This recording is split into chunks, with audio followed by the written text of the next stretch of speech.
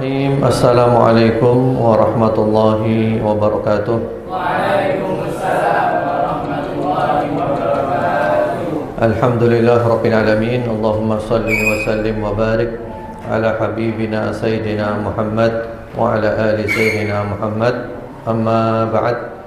Allahumma ij'al jam'ana hadha jam'an marhuman mubarakan wa zidna imanan wa yaqinan wa fikhan wa ilman nafi'an wa ghfir lana warhamna wa liwalidina wa limasyayikhina fid din wa liman 'allamana walau harfan wa liman tasabbaba fi hadzal khairil 'azim. Allahumma arzuqhum ujuran jariyah fi mawazini hasanatihim yauma la yanfa'u malun wa la banun illa man atallaha biqalbin salim. Puja dan puji syukur kita panjatkan hanya untuk Allah Subhanahu wa ta'ala. Salawat dan salam selalu tercurahkan untuk junjungan kita Nabi Muhammad sallallahu alaihi wa ala alihi wasallam, keluarganya, para sahabatnya dan pengikutnya yang setia sampai hari kiamat nanti. Bapak-bapak, ibu-ibu, saudara-saudari sekalian, ikhwan wa akhwatillah, barakallahu fikum. Hari ini adalah pertemuan kita yang ketiga dan kita membahas masalah yang sangat penting yang sering menjadi perbedaan di antara kita, yaitu tentang bid'ah. Kita akan membahas tentang bid'ah. Apa sih bid'ah itu? Boleh gak bid'ah itu? Dan tentu kita membahas dengan rujukan-rujukan para ulama Ahlus Sunnah wal Jamaah yang sudah tidak diragukan lagi keilmuan mereka, yang dijadikan pegangan. Baik, mudah-mudahan Allah jadikan kajian kita, pertemuan kita, perkumpulan kita penuh dengan barakah, penuh dengan rahmat kasih sayang Allah Subhanahu wa ta'ala. Allah menambah untuk kita semuanya keimanan, keyakinan, kepahaman dan ilmu yang bermanfaat. Wabil khusus yang paling kita harapkan adalah Allah jadikan majelis kita sebagai pelebur dosa-dosa kita, menambah pahala kita dan meninggikan derajat kita. Dan Allah jadikan juga semua itu untuk ayah bunda kita, guru-guru kita, siapa saja yang memberikan ilmu kepada kita dan kita mengambil ilmu darinya walaupun satu huruf, dan juga untuk siapa saja yang menjadi sebab terselenggaranya kebaikan yang agung ini. Mudah-mudahan Allah berikan untuk semuanya ganjaran kebaikan yang terus mengalir dan tidak putus selama-lamanya. Allahumma amin. Baik, kita akan membahas tentang bid'ah. Yang pertama-tama, makna bid'ah itu apa sih? Bid'ah itu apa sih? Al-Imam An-Nawawi di dalam kitabnya At-Tahdhib, Tahdhibul Asma wal Lughat, yaitu beliau mengatakan rahimahullahu ta'ala, al-bid'atu fi syara'. Bid'ah itu menurut syariat definisinya adalah hiya ihdats ma lam yakun fi ahdi Rasulullah sallallahu alaihi wasallam, yaitu mengada-adakan apa yang tidak ada pada zaman Rasulullah sallallahu alaihi wasallam. Jadi bid'ah itu adalah mengada-adakan apa yang belum ada, yang belum terjadi pada masa Rasulullah sallallahu alaihi wasallam. Zaman Nabi tidak ada, sekarang kok ada. Nah, itu namanya apa? Bid'ah menurut syariat. Wa hiya munqasimah ila hasanah wa qabihah. Kata Imam Nawawi, dan bid'ah itu terbagi menjadi yang baik dan yang buruk. Zaman Nabi tidak ada, sekarang ada. Itu namanya bid'ah. Bisa baik, bisa buruk. Ini yang ngomong ulama ya, ulama yang dijadikan pegangan Ahlus Sunnah wal Jamaah, Imam Nawawi. Jadi beliau mengatakan ada bid'ah hasanah, ada bid'ah qabihah, bid'ah yang baik dan bid'ah yang buruk.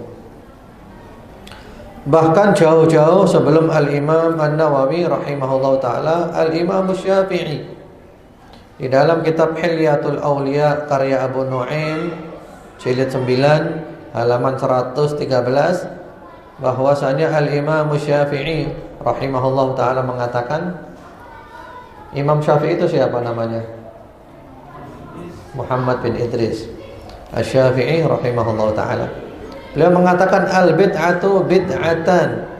Bid'ah itu ada dua macam, bid'ah mahmudah wa bid'ah madmumah. Bid'ah yang terpuji dan bid'ah yang tercela. Yang ngomong Imam Syafi'i. Ada bid'ah terpuji, ada bid'ah tercela. Terus bagaimana cara membedakannya? Fama wafaqas sunnah fahuwa mahmud. Yang sesuai dengan sunnah maka dia itu terpuji. Wa ma khalafas sunnah fahuwa madmum. Adapun yang menyelisihi sunnah maka dia itu tercela. Jadi menurut Imam Syafi'i, bid'ah itu selama tidak menyimpang dari ajaran Nabi maka dia itu terpuji. Tapi kalau bid'ah sudah menyimpang, menyelisihi ajarannya Nabi, baru dia itu tercela. Wahtajja biqauli Umar ibn al-Khattab radhiyallahu ta'ala anhu fi qiyam Ramadan, ni'matul bid'ah hiya. Dan beliau berdalil dengan ucapan sahabat Umar bin Al-Khattab radhiyallahu ta'ala anhu tentang sholat tarawih. Itu Sayyidina Umar bilang apa? Ini adalah sebaik-baik bid'ah. Karena zaman Nabi tidak ada tarawih seperti itu. Baik. Kemudian masih Al-Imam An-Nawawi rahimahullah ta'ala di dalam syarah Sahih Muslim, beliau mengatakan qala al-ulama, berkata para ulama, al-bid'atu khamsatu aqsam. Bid'ah itu terbagi menjadi 5. Bid'ah terbagi menjadi 5. Wajibah, bid'ah yang wajib. Mandubah, bid'ah yang dianjurkan. Muharramah, bid'ah yang haram. Makruha, bid'ah yang makruh. Mubahah, bid'ah yang mubah. Dan nanti ada perinciannya dari Al-Imam Al-Is bin Abdissalam. Dan ucapan seperti ini sangat banyak. Kalau saya nukil banyak sekali. Jadi intinya menurut para ulama, bid'ah itu ada 2 macam. Ada bid'ah yang terpuji, ada bid'ah yang tercela. Bahkan kalau dibagi jadi 5, kayak hukum yang 5 itu, bisa wajib, bisa dianjurkan, bisa mubah, bisa makruh, bisa haram. Nanti saya tuliskan contoh-contohnya. Loh, bagaimana ini Ustadz ini kok membagi-bagi bid'ah seperti itu? Padahal Nabi mengatakan kullu bid'atin dhalalah. Semua bid'ah itu sesat. Nah, makanya kita ini perlu melihat para ulama, bagaimana ulama menjelaskan hadis tersebut. Yang dimaksud ulama itu ya ulama, bukan ulama kelompok kita saja. Nah, masalah kita di situ. Masalah kita itu adalah kita memahami sesuatu dari satu sudut pandang saja, tidak mau memahami sudut pandang yang lain. Itu masalah kita. Masalah kita di situ.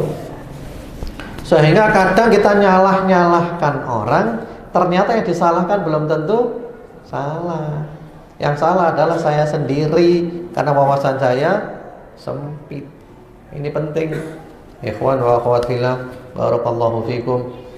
Agama ini bukan keras-kerasan. Agama ini adalah sesuai dengan ajarannya Nabi, bukan keras-kerasan. Agama ini enggak nyimpang dari ajarannya Nabi, bukan keras-kerasan. Keras-kerasan ya kalau benar. keras-kerasan ternyata salah. Mirip orang Khawarij, sudah keras kayak gitu, katanya Nabi mereka adalah anjing-anjing neraka, kebablasan. Ya.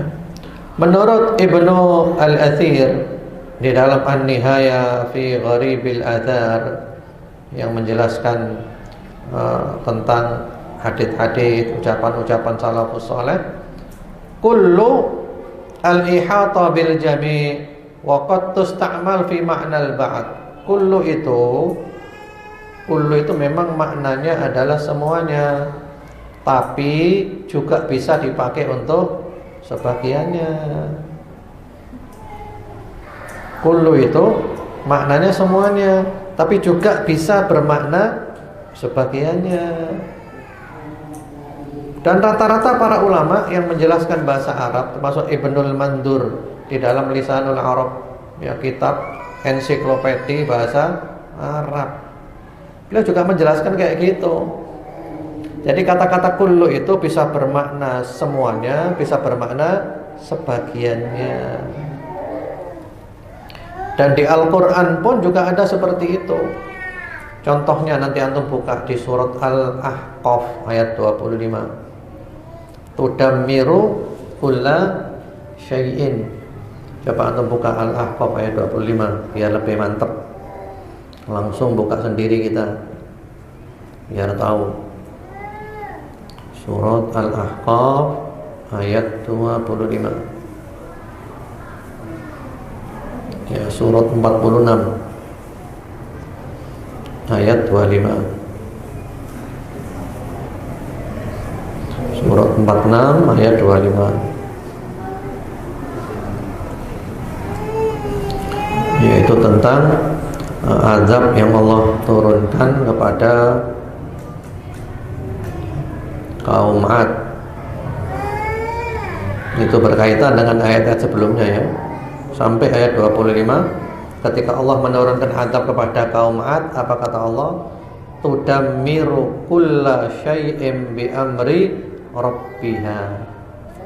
Yang mana azab yang Allah turunkan berupa angin itu menghancurkan segala sesuatu dengan perintah Tuhannya. Menghancurkan segala sesuatu. Apakah semuanya hancur? Enggak kan? Kan ada yang gak hancur kan? Maksudnya ajur kabeh. Apa ajur kabeh? Hendak, ono sing gak ajur. Cuman istilahnya banyak yang hancur.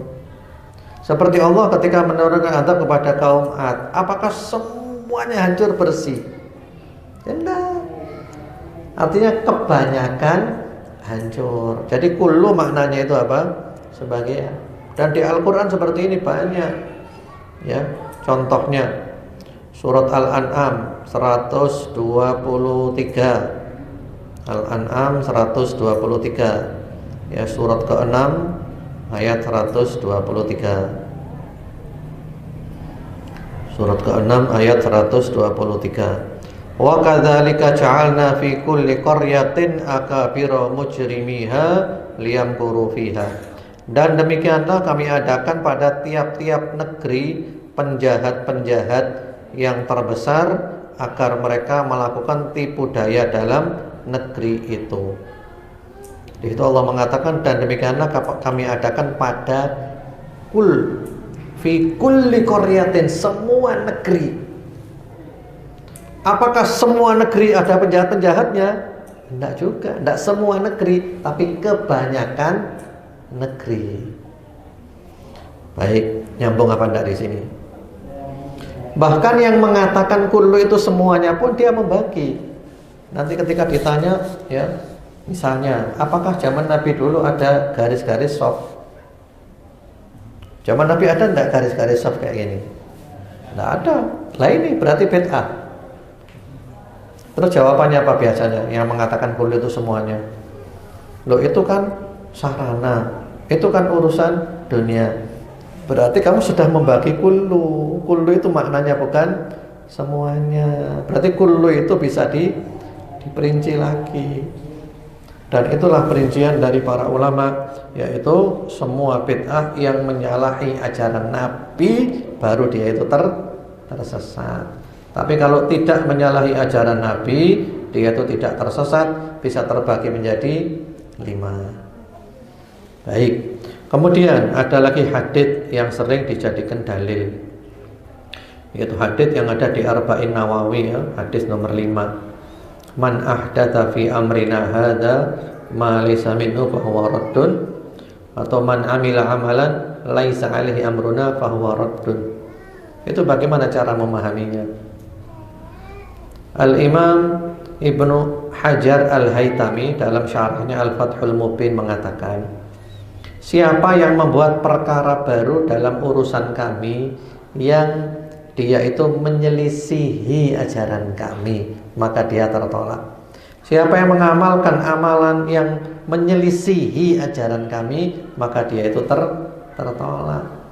Jadi maknanya menurut ulama itu, amalan-amalan bid'ah-bid'ah yang menyelisihi ajarannya Nabi, baru dia itu tertolak. Kalau tidak menyelisihi, ya nggak masalah gitu. Nah, itu penting sekali. Kemudian biasanya pembagian bid'ah ini berdalil dengan ucapannya sahabat Abdullah bin Mas'ud. Sahabat Abdullah bin Mas'ud pernah melihat ada orang-orang kumpul di masjid, zikir bareng-bareng, dipimpin oleh satu orang. Ayo kita baca subhanallah 100, subhanallah, subhanallah, subhanallah, dan seterusnya. Lalu sahabat Abdullah bin Mas'ud mengingkari mereka. Ini bid'ah, diingkari keras. Biasanya itu dalilnya, ya. Ternyata riwayat itu tidak sahih. Sudah diteliti, nggak sahih riwayatnya. Yang sahih malah kebalikannya. Sahabat Abdul Mas'ud malah mimpin zikir. Disinilah pentingnya apa? Kita itu dalam beragama jangan dari satu sumber saja. Yang membuat saya dulu sempat keras seperti itu, karena saya memahami agama dari satu sumber saja. Wes ini aja sudah. Nggak mau lihat yang lain, nggak mau dengar yang lain, ya keras. Tapi setelah saya putuskan memperluas wawasan, coba melihat yang lain, baca yang lain, sudut pandang yang lain. Waduh, ternyata kok gini penjelasannya.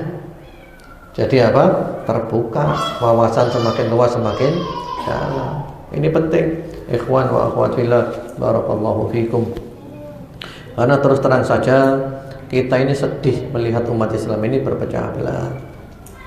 Kan kemarin sudah kita bahas kan, antum mau ikut NU monggo, ikut ajarannya Kiai Haji Hasyim Asy'ari. Antum mau ikut Muhammadiyah monggo, ajarannya Kiai Haji Ahmad Dahlan. Antum mau ikut Ali Irsyad monggo, ajarannya Syekh Ahmad Syurkati. Antum mau ikut Persis monggo, ajarannya Hasan.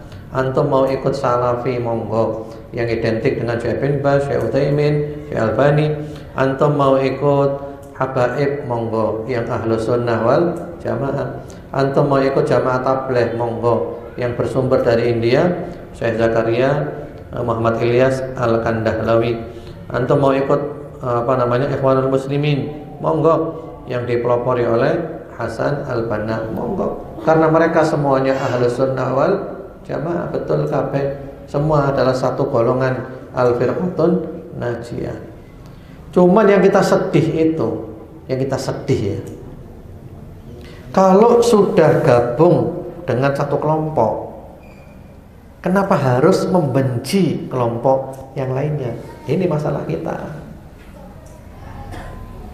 Misalnya saya salafi ya, tapi saya cinta kepada salafi, saya cinta kepada Habaib, saya cinta kepada NU, saya cinta kepada Muhammadiyah. Hubungan saya dengan mereka baik-baik saja, mesra, tidak ada masalah. Karena apa? Sama-sama Ahlus Sunnah wal Jamaah. Ya kita harapkan gitu kan. Antum salafi, monggo gak apa-apa, nikmatono, itu seleramu. Tapi kamu tidak harus membenci yang lain, tidak harus benci Habaib, tidak harus benci NU. Demikian pula yang Habaib dan NU, monggo itu pilihanmu, itu seleramu. Tapi kamu tidak harus benci Salafi, tidak harus benci Muhammadiyah. Nah itu masalah di situ. Masalah kita di situ. Lek wis ngaji ndek kene, kok bawaannya itu benci sing kono. Lek wis ngaji ndek kono, bawaane benci sing kene. Kenapa harus gitu? Ya, karena kita sudah dicuci otak dalam memahami tentang bid'ah-bid'ah ini. Pemahaman kita sempit. Baik. Kemudian mengenai pembagian bid'ah tadi, itu kan ada bid'ah ya. Sambil saya tulis-tulis ya. Ini tadi sudah mujahadah dalam memindahkan papan tulis. Kalau nggak dipakai kan kasihan, sayang.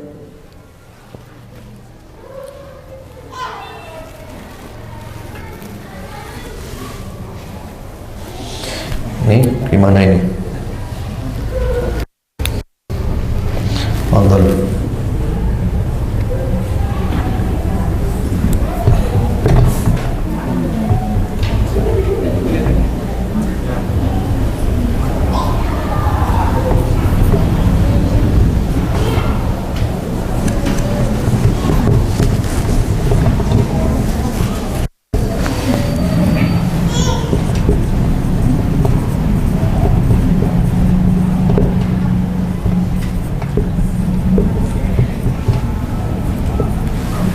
Ini menurut ulama namanya Imam Nawawi dan yang lain-lainnya, termasuk Al-Is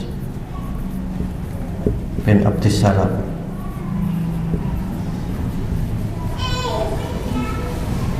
Yang satu bid'ah yang wajib, yang kedua bid'ah yang dianjurkan atau mustahab,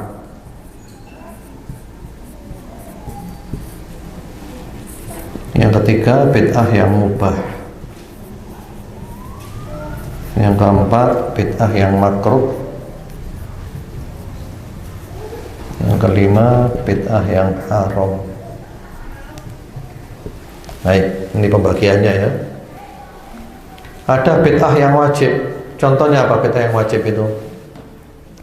Seperti pembukuan Al-Quran, itu wajib.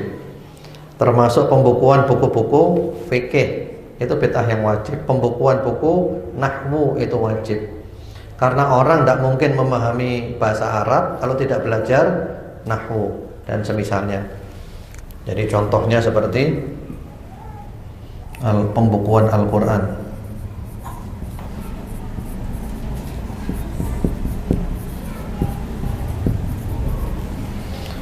Pembukuan ilmu fikih,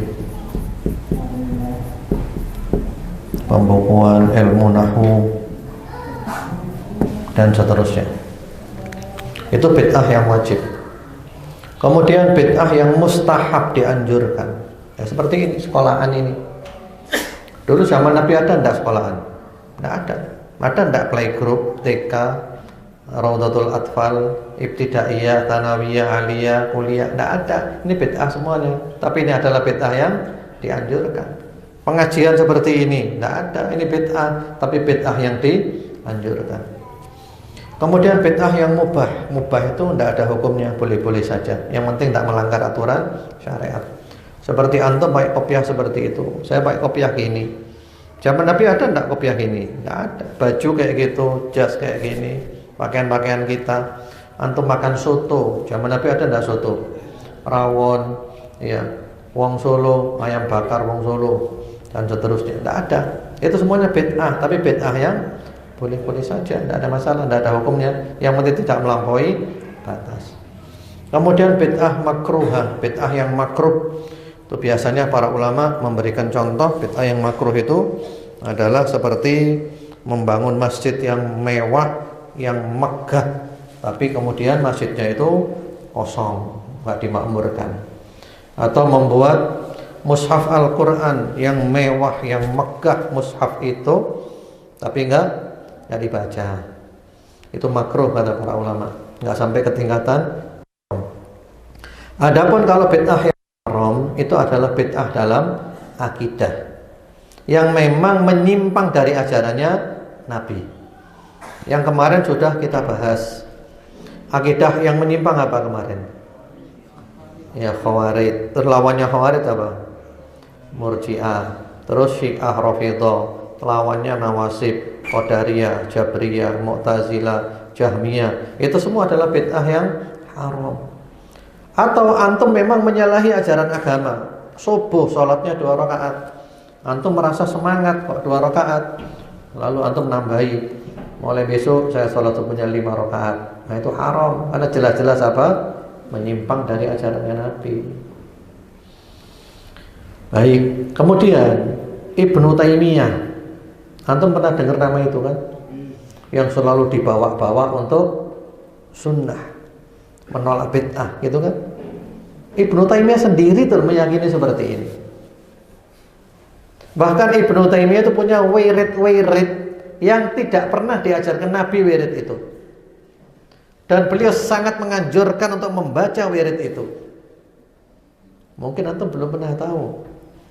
Maka saya beritahu untuk membuka wawasan. Antum kalau membuka kitabnya Ibnul Qayyim rahimahullah ta'ala, yaitu kitab Madarijus Salikin. Madarijus Salikin ya, jilid 1 halaman 446. Jilid 1 halaman 446. Ini kata Syekhul Islam Ibnu Taimiyah, dinukil oleh muridnya Ibnul Qayyim. Wa min tajribatis salikin allati syarrafuha fa'alifuha sahihah anna man adamana ya hayyu ya qayyum la ilaha illa anta awrathahu dhalika hayatal qalb wal aql. Ya, di antara hasil uji para penempuh jalan menuju Allah yang sudah terbukti mujarrab dan benar, yaitu orang yang selalu membaca zikir ya hayyu ya qayyum la ilaha illa anta, maka hal itu akan menjadikan hatinya hidup, akal pikirannya hidup. Lalu diterangkan lagi, ya, diterangkan lagi, man wadhaba ala arba'in marra kulla yaumin baina sunnatil fajr wa salatil fajr ya hayyu qayyum la ilaha illa anta bi rahmatika astaghith.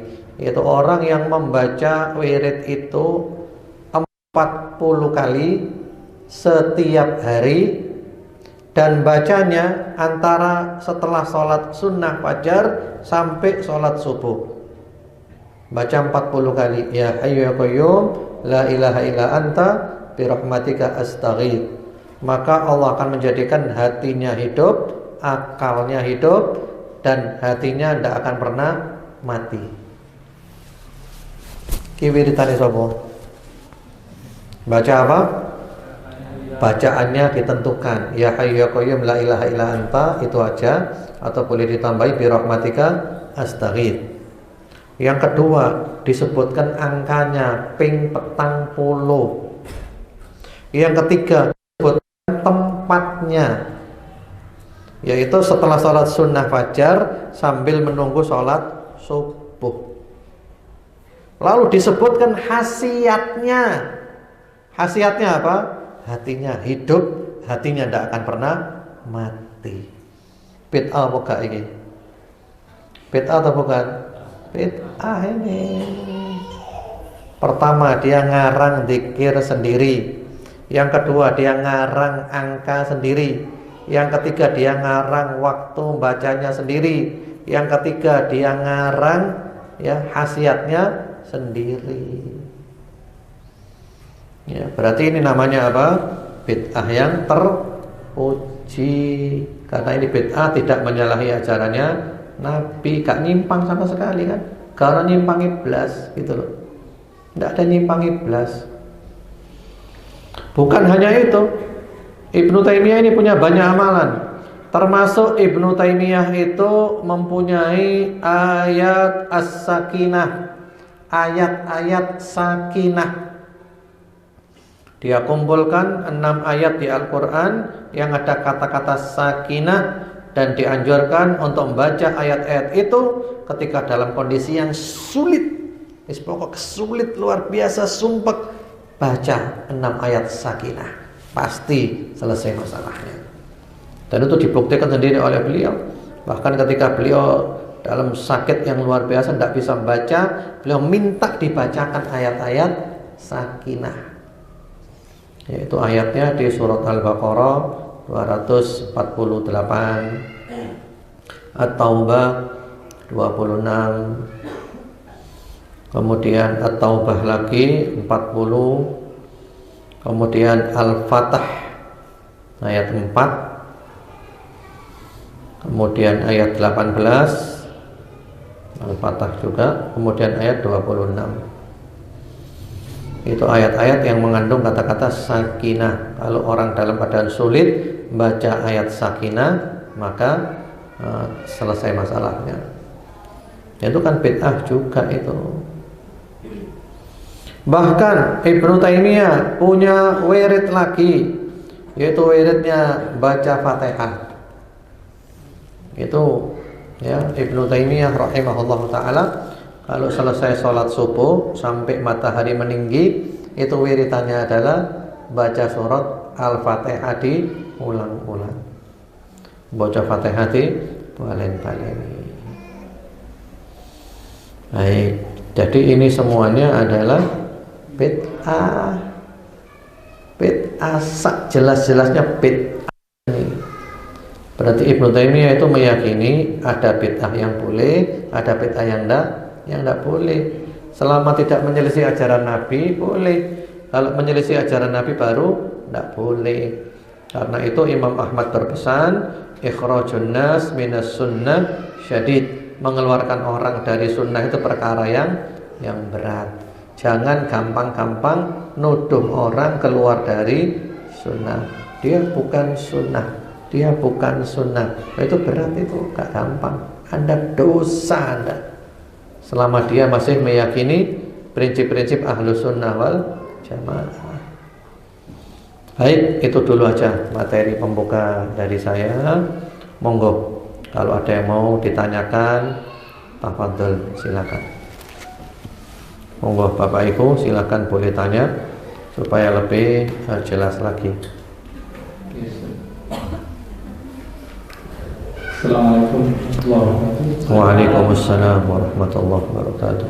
Berkaitan dengan pembahasan bid'ah, kalau boleh tahu Ustaz, ini standar sesuatu itu tidak dikategorikan atau dimasukkan ke dalam bid'ah itu seperti apa Ustaz? Artinya apakah selama itu dari Quran maupun dari hadis Nabi, kemudian kita amalkan di waktu-waktu tertentu, jumlahnya tertentu dan seterusnya, itu apa itu? Sudah kita bahas pertama-tama definisi bid'ah itu apa? Definisinya apa bid'ah itu? Definisinya adalah apa tadi? Mengada-adakan sesuatu yang belum pernah terjadi pada zaman Rasulullah SAW, itu bid'ah. Pokok zaman Nabi gak ono, saiki di ono jenenge bid'ah. Cuman terbagi menjadi mahmudah dan madmumah. Bisa terpuji, bisa tercela. Jadi seperti itu. Pertanyaan itu sudah dijawab oleh Syekhul Islam Ibnu Taimiyah.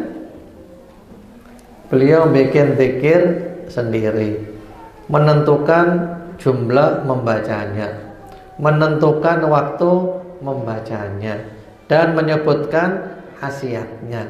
Itu sudah bid'ah itu. Artinya apa? Boleh seperti itu, tidak masalah. Cuman Anda percaya atau tidak percaya, monggo. Toh itu bukan wahyu dari Allah. Inilah yang menjadikan saudara-saudara kita dari kalangan NU, dari kalangan habaib, kemudian mereka mengadakan seperti tahlilan, maulid, haul, dan semisalnya. Karena apa? Menurut mereka ini tidak menyalahi ajaran Nabi. Antum kalau hadir tahlilan, bacaannya apa? Semua bacaannya ajarannya Nabi. Lah kumpul-kumpulnya, ya kumpul-kumpul untuk kebaikan, sama dengan antum kumpul-kumpul ini boleh apa enggak ini? Ya boleh, kumpul-kumpul kebaikan, bukan kumpul-kumpul untuk maksiat. Itu alasan mereka. Antum setuju, monggo. Ndak setuju, monggo. Yang penting, ya, jangan sampai menvonis, nyalah-nyalahkan, nyesat-nyesatkan, membenci. Jangan, bukan pada tempatnya itu, bukan pada tempatnya. Tinggal Anda mau membuka wawasan atau tidak. Kalau Anda mau buka wawasan, ketemu. Dan itu sudah saya rasakan sendiri, sudah saya alami sendiri. Tinggal antum gelem apa gak gelem. Sebenarnya teman-teman kita, katakanlah dari Salafi yang menolak bid'ah itu, sebenarnya banyak juga bid'ah-bid'ah yang dilakukan.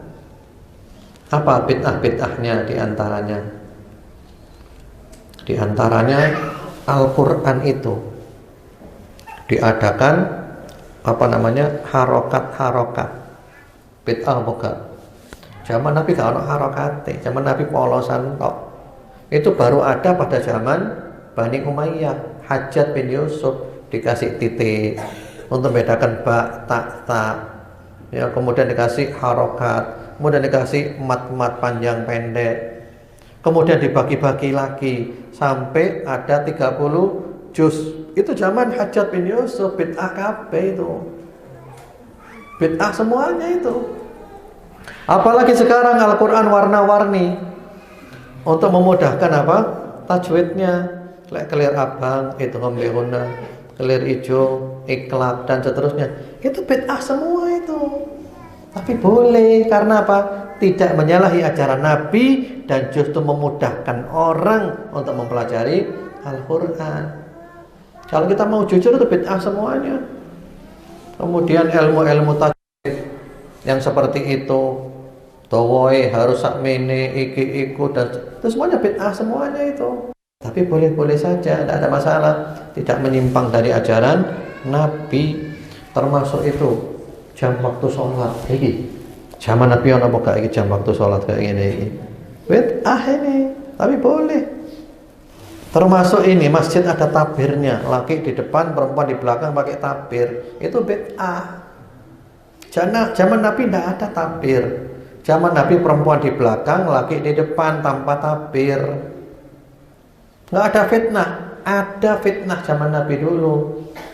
Sampai kata Ibnu Abbas, ada seorang perempuan termasuk perempuan tercantik.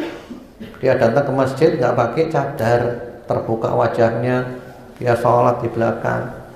Lalu sebagian sahabat yang mungkin baru masuk Islam itu milih berada di saf belakang supaya bisa lihat dia.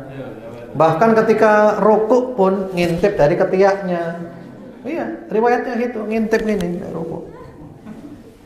Tapi Nabi tidak mengatakan besok pakai tabir, enggak. Nabi cuma mengatakan safnya orang laki yang terbaik paling depan, yang terburuk paling belakang. Safnya orang perempuan paling baik paling belakang, paling buruk paling depan. Berarti tabir itu apa? Bid'ah. Tapi boleh, tidak ada masalah. Ya seperti sholat tarawih di Masjidil Haram Mekah Madinah sedina baca sak juz. Mari ngono malam 27 atau malam 29 hataman. Bahkan hatamannya itu, kunutnya itu bukan kunut witir loh. Karena witirnya nanti sholat malam, itu memang tarawih, tidak ada witir. Mereka bukan kunut itu doa khatmil Quran. Jadi setelah baca An-Nas minal jinnati wan nas, sebelum rukuk itu doa dulu panjang. Doa khatmil Quran. Setelah itu baru rukuk dan selesai. Antum cari ada enggak ajaran kayak gitu? Sampai sekarang dipraktekkan di Masjidil Haram Mekah dan Madinah. Bid'ah Mekah itu. Nah iya. Di dalamnya sholat itu. kemudian pengeras-pengeras suara dan seterusnya. Nanti alasannya itu kan sarana ini itu, ya repot. Kalau orang kamu sikat bid'ah, kalau kamu selalu berkelit, ya tidak ketemu. Makanya paling enak kita ini adalah ya membersihkan hati, nggak usah fanatik-fanatikan. Wis talah, percayalah, ini masalah selera saja. Kamu selera NU, monggo, Islam rasa NU. Kamu selera Salafi, monggo, Islam rasa Salafi. Nikmatilah. Iki selera soto, iki rawon, monggo. Masalah selera, bukan masalah hak dan batil. Sekali lagi saya ngomong ini, saya berani tanggung jawab dunia akhirat. Antum tuntut saya di depan Allah nanti kalau saya bohongi antum. Saya hasil ngaji ini, hasil pencarian seperti itu. Saya sedih melihat orang Islam ini bermusuhan. Kenapa kalau gabung dengan ini harus memusuhi yang itu? Kenapa kalau gabung dengan itu harus musuh yang ini? Wong podo wong Islami, podo wong imane, bahkan podo ahlus sunnah wal jamaah.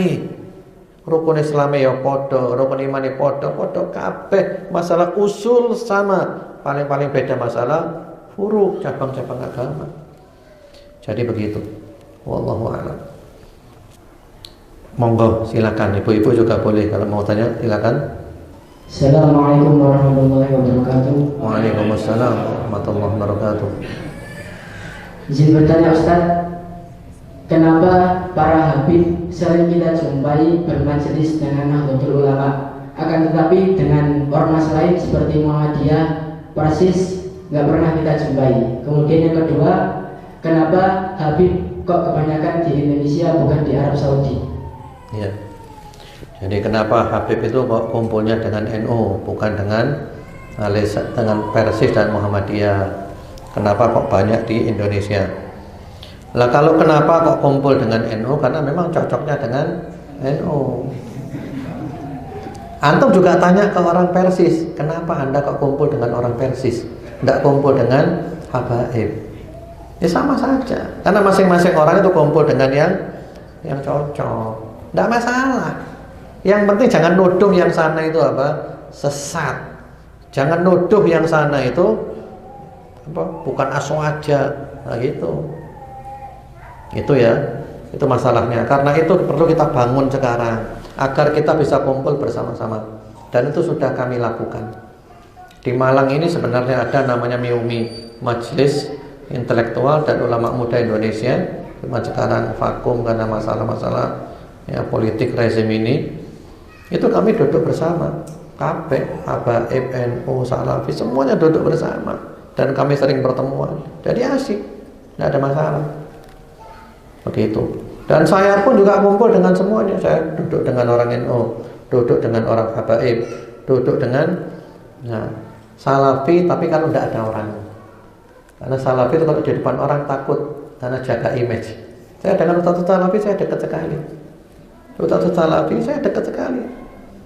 Cuman mereka takut diekspos karena takut ditahdir. Karena nggak ada orang, kami akrab dengan mereka.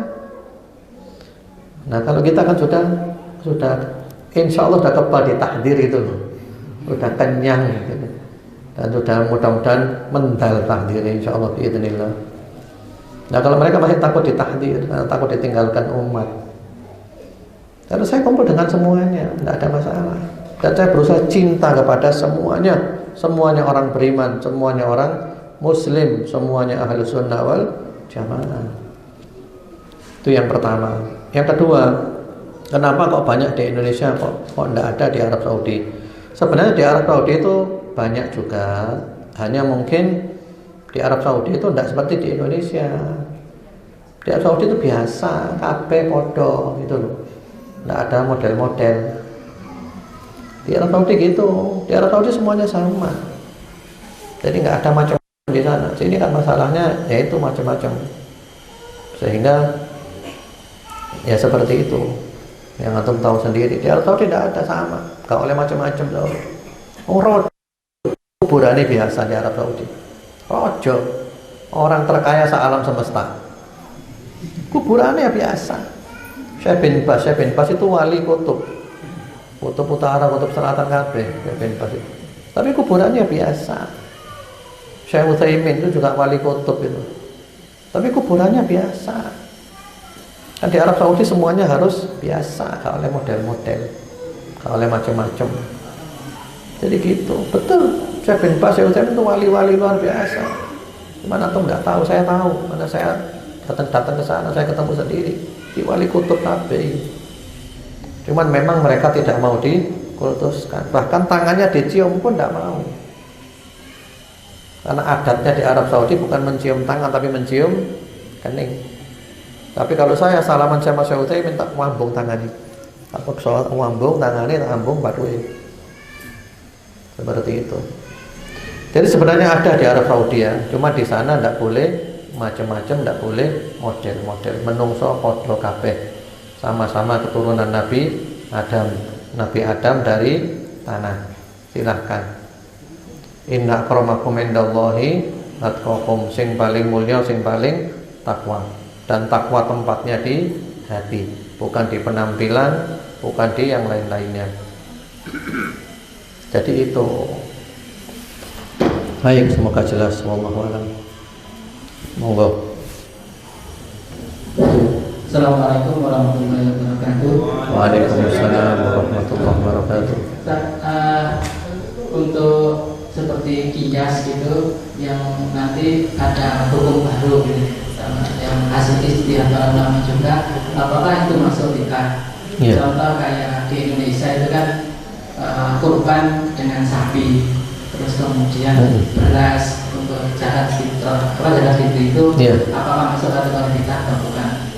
Enggak, bukan bid'ah itu bukan bid'ah. Kalau kurban kan jelaskan mimbahi matil an'am. Bahimatul an'am itu binatang ternak meliputi onta, sapi dan kambing. Iya. Bahkan para ulama mengatakan lembu pun boleh karena lembu sama dengan sapi. Kemudian kalau zakat fitrah dengan beras bukan bid'ah. Karena intinya apa? Makanan pokok. Cuman dulu zaman Nabi itu kurma, gandum. Nah sekarang kita beras. Jadi begitu. Jadi bukan bid'ah itu. Justru itu adalah illah. Itu hukum itu punya apa? Illah, sebabnya itu illahnya. Demikian, wallahu a'lam. Bahkan di Arab Saudi itu ada peringatan. Ada haul. Haulnya Syekh Muhammad bin Abdul Wahhab. Tapi namanya bukan haul. Namanya Usbu Syekh Muhammad bin Abdul Wahhab. Itu pekan Syekh Muhammad bin Abdul Wahhab. Diperingati. Lah kalau di Indonesia namanya apa? Namanya khol podo ae.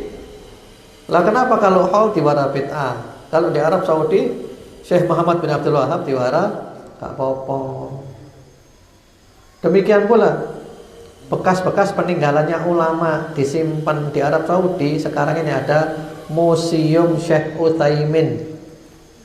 Antum cari di Google, di YouTube.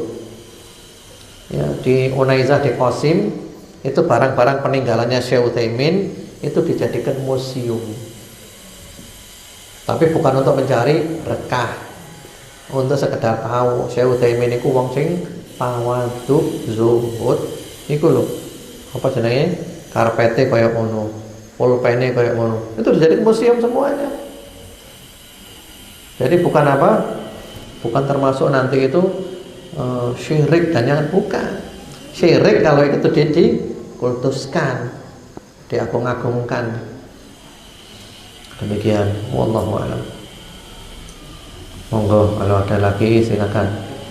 Monggo. Assalamualaikum warahmatullahi wabarakatuh. Ustaz, saya keluar dari tema Ustaz. Iya. Untuk tadi saya dipeseni pertanyaan oleh anaknya mertua.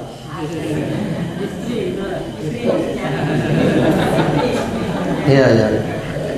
Untuk sholat subuh kan tidak ke masjid. Ketika sudah azan, apakah boleh langsung sholat? Ketika azan langsung sholat subuh. Iya. Terus yang kedua, ketika sudah iqomah, kebablasan tidur gitu, apa boleh sholat qobliyah atau sunnah itu Ustaz? Ini untuk awal. Iya. Pertama-tama boleh, kan subuh itu waktunya, kalau sudah masuk waktunya ya sudah boleh sholat subuh. Atau di masjid belum adzan sekalipun, tapi sudah masuk waktunya, mungkin muadzinnya kerinan, antum sholat tidak apa-apa. Karena apa? Sudah masuk waktu fajar sodik. Antum melihat aja waktu subuh masuk waktunya, antum sholat tidak apa-apa, boleh, walaupun belum adzan. Itu yang pertama. Yang kedua, kalau kita terlambat bangun, kemudian kita mau sholat sunnah fajar, boleh kalau waktunya masih panjang. Tapi kalau waktunya mepet, waktunya hanya cukup kita sholat subuh saja, langsung matahari terbit, ya sholat subuh dulu. Tapi kalau waktunya masih panjang setengah jam, tidak apa-apa, sunnah fajar baru kemudian sholat subuh. Demikian, wallahu a'lam. Monggo, akhwat, kalau ada yang mau tanya silakan. Monggo, ikhwan silakan. Assalamualaikum warahmatullahi wabarakatuh. Waalaikumsalam warahmatullahi wabarakatuh. Saya pernah dengar itu ada dulu waktu ilmu kebatinan masuk ke Indonesia itu bersembunyi di balik nama tasawuf. Itu pertama, apakah memang benar begitu, dan bagaimana kita membedakan mana yang tasawuf yang asli ya, dan mana yang kebatinan tapi mengatasnamakan tasawuf itu sendiri. Ya, baik. Nah, masalah-masalah seperti ini antum jangan tanya ke Google, karena nanti hasilnya akan menyesatkan. Masalah begini lebih baik antum datang ke orang NU yang punya ilmu. Antum tanya ke dia, apa benar seperti ini? Misalnya seperti tahlilan, itu kalau antum tanya di Google, itu nanti ada yang mengatakan tahlilan itu adalah warisan budaya Hindu dan seterusnya. Ternyata menurut orang NU tidak ada hubungan dengan budaya Hindu, dan mereka punya dasar tersendiri, mereka punya hujah tersendiri. Seperti itu. Jadi masalah-masalah begini antum tanya langsung aja kepada orang pelakunya yang punya ilmu. Antum minta pencerahan, insya Allah mereka akan menjelaskan. Jadi kita jangan hanya katanya. Itu mirip dengan orang NU yang memahami salafi dari katanya. Itu masalah. Sehingga mereka nuduh salafi itu apa? Mujassim. Salafi itu menyerupakan Allah dalam bentuk jasad. Sopo sing ngono iku sopo? Gak ono sing ngono blas. Awakmu dhewe ngarang-ngarang dhewe. Kamu nuduh orang gitu. Yang kamu tuduh itu tidak pernah punya pikiran seperti itu gitu loh. Bahkan nolak pemikiran seperti itu. Jadi gitu. Jadi tanyakan aja kepada ulama tasawuf yang punya ilmu, apakah benar. Nanti dijelaskan. Dan insya Allah saya yakin tidak benar. Karena gampang kok membedakan antara ajaran-ajaran ya, kebatinan, ajaran aliran kepercayaan dengan tasawuf, itu gampang bedakannya. Wallahu a'lam. Mau Ustaz menambahkannya, di bulan Ramadan ini biasanya ini ada sebagian masyarakat tuh yang sholat tarawihnya cepet banget gitu. Itu bid'ah apa bukan? Terus yang kedua tentang di antara sholat tarawih itu, saya nggak bahas yang cepat, tapi ada kayak Al-Khalifatul Ula Sayyidina Abu Bakar radhiyallahu anhu. Baik. Mengenai tarawih cepat itu, kalau memang cepatnya melampaui batas seperti yang ada di sebagian tempat itu kan, tarawih 23 rakaat ditempuh dalam 10 menit. Waduh, ini masalahnya bukan bid'ah, masalah itu dosa itu. Karena apa? Sholat dibuat main-main. Kamu itu main-main, kamu itu ngawur aja. Gak oleh. Kata 23, gak apa-apa 23. 100 gak apa-apa. Tapi sing genah sembayangi, cok ngawur ngono. Nggak boleh, itu masa bukan bid'ah, masalahnya itu dosa kamu, main-main kamu dengan Tuhan kamu. Masa Allah jak dolinan. Ini kayak tari-tarian. Ngawur aja. Jadi masalahnya itu dosa, masalahnya itu. Nah, kemudian mengenai yang 23, Nabiyukum Muhammad sallu alaihi. Kemudian Khalifatu Rasulillah Abi Bakar dan seterusnya. Nah, itu ada sejarahnya. Ada sejarahnya. Mungkin antum langsung nolak karena tidak tahu sejarahnya. Sebenarnya sejarahnya itu indah. Itu dulu ulama-ulama habaib dari Hadramut. Cara mereka menolak Syiah. Halus caranya. Karena Syiah itu kan tidak mau dengan Sayyidina Abu Bakar, Sayyidina Umar, Sayyidina Utsman. Tidak mau kan Syiah. Syiah kan langsung Ali bin Abi Thalib dan turunannya. Sehingga para ulama ahli sunnah termasuk Al-Habib Abdullah bin Alwi Al-Haddad Sahibur Ratib itu cara bantah Syiah, mumpung orang-orang lagi kumpul sholat tarawih bareng-bareng, ditanamkan akidah ahlu sunnah secara halus. Itulah halus saya itu. Halus, tapi Syiah nangis itu. Ayo Syiah. Tidak baik gempar-gempar, Syiah sesat, Syiah ini. Kau sangat tak mari. Karena apa? Orang kumpul banyak, kita suruh mereka cinta kepada Abu Bakar. Khalifatul Rasulullah SAW Abu Bakar As-Siddiq taraddu'an, ucapkan ridha kepadanya. Radhiyallahu an. Waduh, naik ya. Jadi bantah secara apa? Halus, bermain cantik. Sejarahnya gitu. Makanya kita jangan serta itu untuk nolak. Termasuk khutbah Jumat itu, khutbah kedua. Itu kan selalu di masjid-masjid jami' itu kan. Ya. Wa radhiyallahu an ashabi Rasulillah sallallahu alaihi wasallam sadatina Abi Bakrin wa Umar wa Utsman wa Ali. Itu di antara tujuannya apa? Bantah kaum Syiah dan bantah kaum Nawasib. Karena dulu di mimbar itu Syiah mencaci maki Ahlus Sunnah mencaci maki Syiah, maka diganti baca 4 khalifah itu untuk menanamkan akidah Ahlus Sunnah wal Jamaah. Jadi begitu.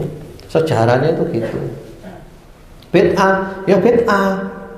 Tapi kembali kepada tadi kata Imam Syafi'i, selama tidak menyalahi ajaran Nabi berarti apa?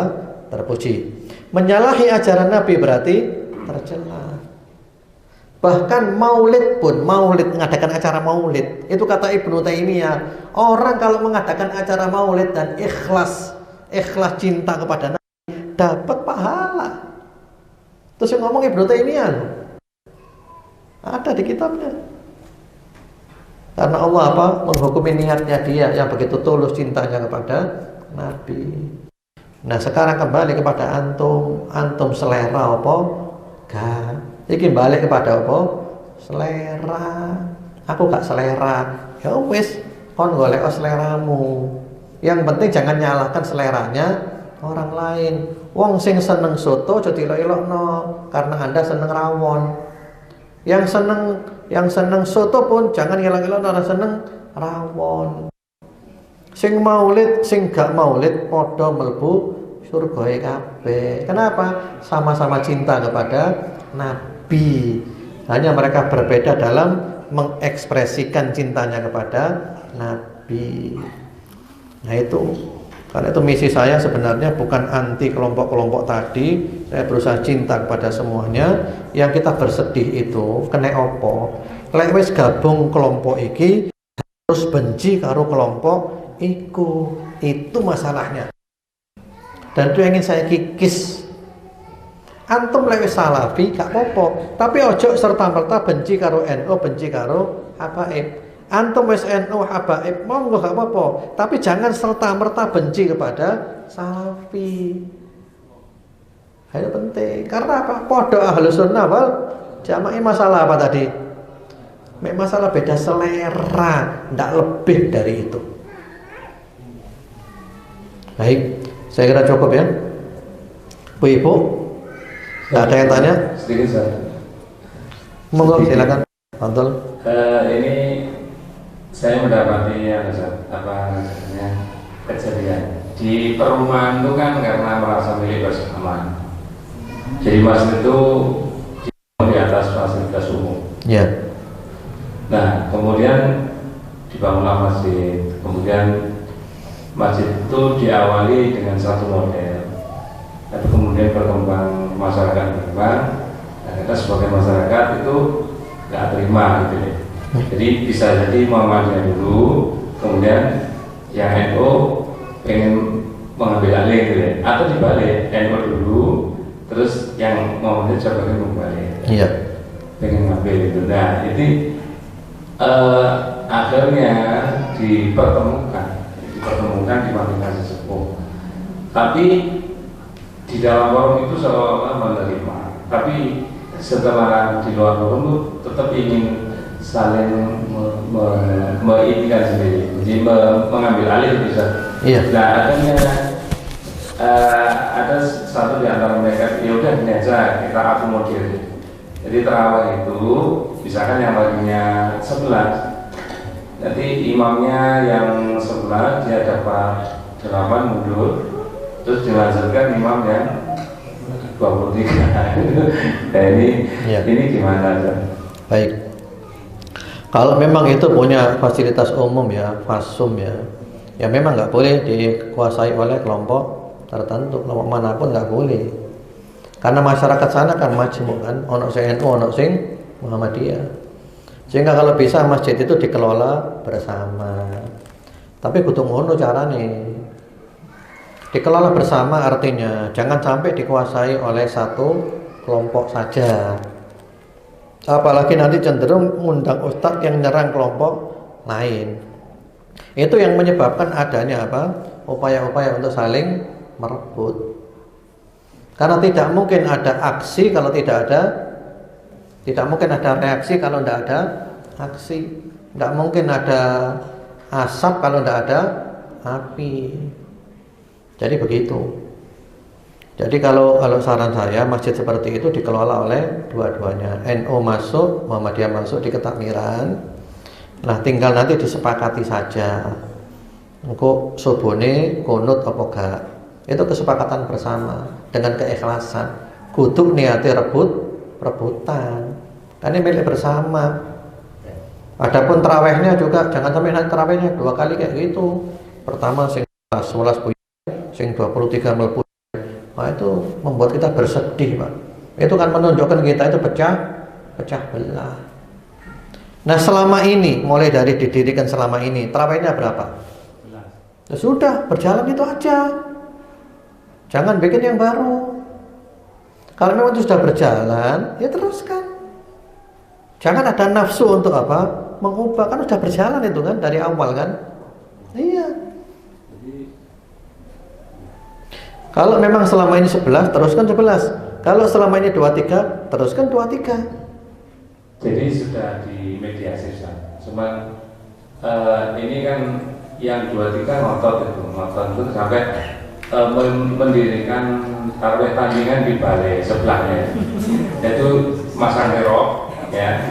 Terus mau tarawih, dan terus ditanya, Pak, ini mau apa? Sholat tarawih. Ya kan sudah ada. Terus bapak acur-acuran kayak gitu. Jadi sulit ngadepi orang yang kayak gitu. Jadi mau kasamu nggak bisa. Tapi saya yakin pasti itu ada pemicunya itu. Sampai mereka gitu, biasanya ada pemicunya. Biasanya ono masalah sebelumnya itu hanya reaksi. Biasanya ada sebab sebelumnya itu. Ini kan baru cerita global kan. Sebelum-sebelumnya bagaimana ceritanya? Kok sampai mereka punya reaksi seperti itu? Rebutan masjid yang ada itu karena ada reaksi-reaksi tadi itu. Karena masjid iki nguasai dan cenderung ngundang ustad-ustad sing keras, sing kesannya ngilok-ngilokno kono, nyala-nyalakno kono, yang mereka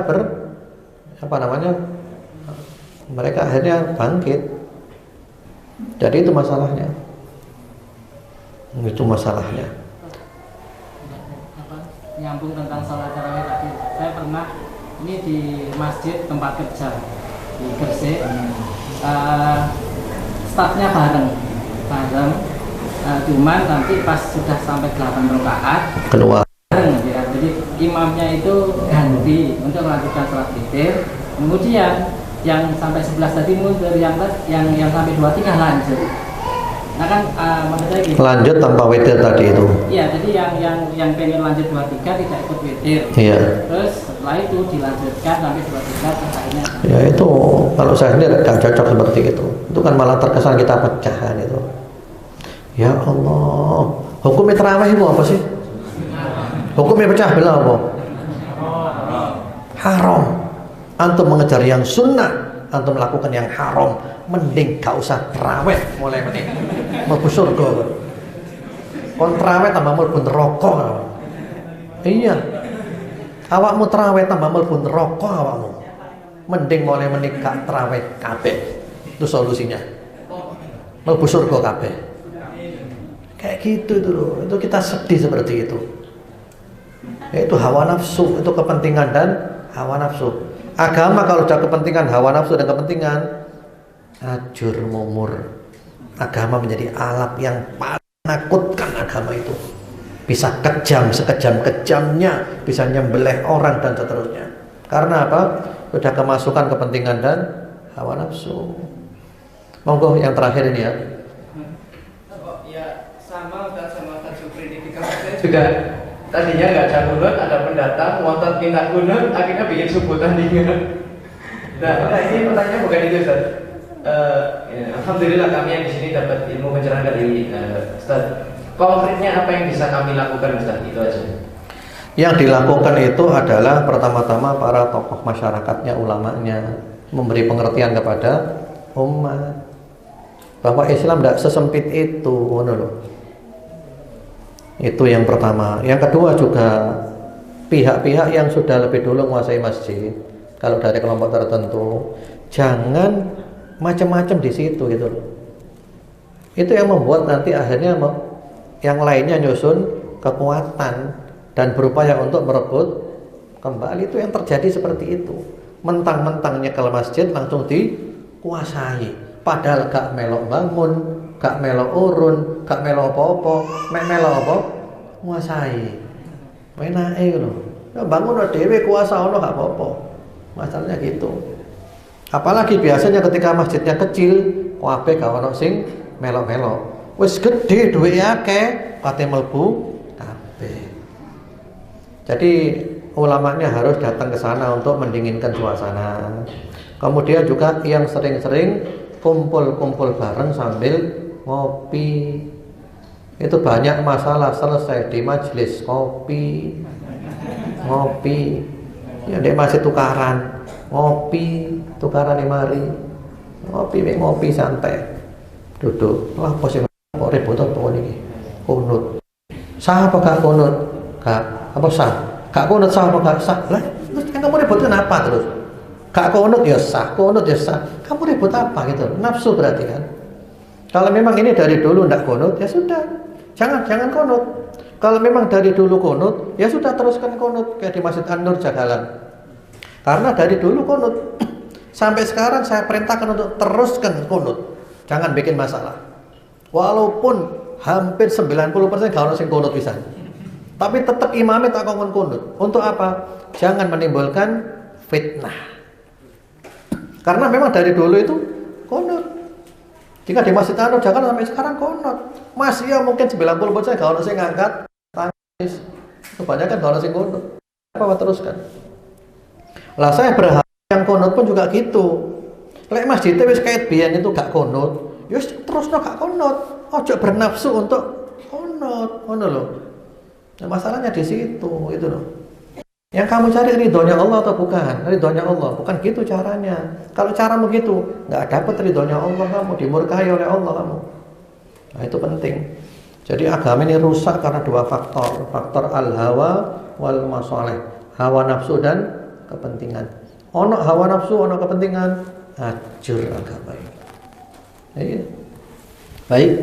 Bahkan yang lebih parah lagi, saya punya tulisan yang terakhir ya. Antum bisa cari tulisan saya di hatibening.com. Judulnya itu trauma agama salahkah? Trauma agama salahkah? di sebuah instansi atau perumahan. Di sana itu orang-orangnya tidak ada yang ngaji, tapi rukun. Kalau sih ngaji, rukun, asyik kehidupannya. Lalu mereka mulai ngaji, ngaji rono, ngaji gini. Akhirnya apa? Tukaran. Ya apa sih? Biyen gak ngaji rukun, saya ngaji tukaran. Akhirnya orang nyalahkan apa? Gara-gara agama ini, gara-gara agama ini. Agama itu adalah sumber masalah. Padahal tidak, bukan agamanya, tapi beragama yang salah. Mestine biyen gak ngaji, suasananya enak. Ngaji tambah enak suasananya, berarti ngajimu bener. Itu penting. Lagi gak tambah ngaji, tambah kasar, tambah ngaji, tambah buas, tambah ngaji, tambah kejam, tambah wele akhlaki. Kan ini ngaji apa kan ini? Baca kuping ho ta kan ini? Ini ngaji kuping ho ini. Bukan ngaji Quran dan Sunnah, ngaji Harry Potter kamu ini. Jadi seperti itu. Baik, saya kira itu dulu ya. Mudah-mudahan bermanfaat, mudah-mudahan Allah berikan pada kita semuanya sehat walafiat, istiqamah sampai mati husnul khatimah. Allahumma amin. Wa sallallahu wa sallama ala sayyidina Muhammadin wa ala alihi walhamdulillahi rabbil alamin. Subhanakallahumma bihamdika asyhadu an la ilaha illa anta astaghfiruka wa atubu ilaik. Wassalamu alaikum warahmatullahi wabarakatuh.